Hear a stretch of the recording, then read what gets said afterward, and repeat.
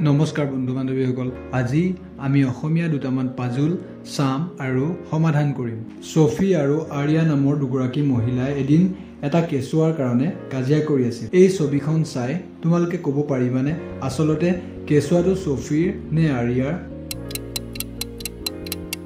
প্ৰকৃততে কেঁচুৱাটো আৰিয়াৰ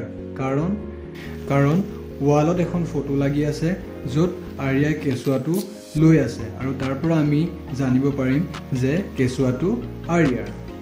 এদিনাখন ৰাকেশ নামৰ এজন ল'ৰাক তেওঁৰ লগৰ তিনিজন বন্ধু বান্ধৱীৰ ভিতৰত কোনোবা এজনে তেওঁৰ গাত পানী ঢালি দিলে এতিয়া এই ছবিখন চাই তোমালোকে ক'ব পাৰিবানে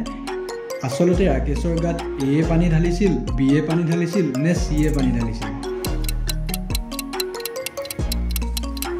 ইয়াৰ প্ৰকৃত উত্তৰ হ'ল বি এ কাৰণ বিৰ পানী বটলটোত পানী অকণো নাই আৰু এ আৰু চি